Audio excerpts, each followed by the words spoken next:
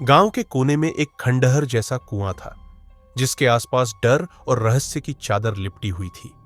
लोग कहते थे, उस कुएं में सिर्फ पानी नहीं, बल्कि अनगिनत आत्माओं का डेरा है। वहां जो भी गया, कभी लौटकर नहीं आया। कहानी शुरू होती है मीरा से।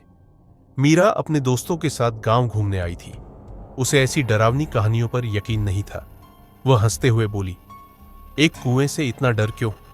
चलो, इसे देख ही आते हैं। मीरा के दोस्तों ने उसे बहुत रोका, लेकिन वह जिद पर अड़ी रही।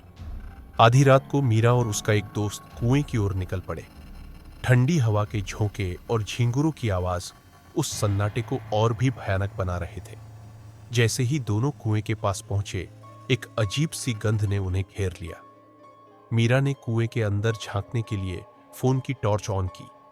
अंदर झांकते ही उसकी आंखें चौड़ी हो गईं। कुएं की गहराई में किसी औरत की परछाई दिख रही थी।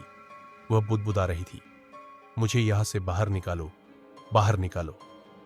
मीरा ने अपने दोस्त को आवाज दी, लेकिन वह पीछे पलटकर देखती है तो उसका दोस्त गायब था। अब मीरा अकेली थी। उसने डरते हुए कुएं की ओर फिर देखा। परछाई अब और करीब आ चुकी थी। अचानक वह परछाई तेजी से ऊपर उठी और कुएं से बाहर आ गई। वह एक अधजली औरत थी। उसके बाल बिखरे हुए और आंखें खून से लाल थी।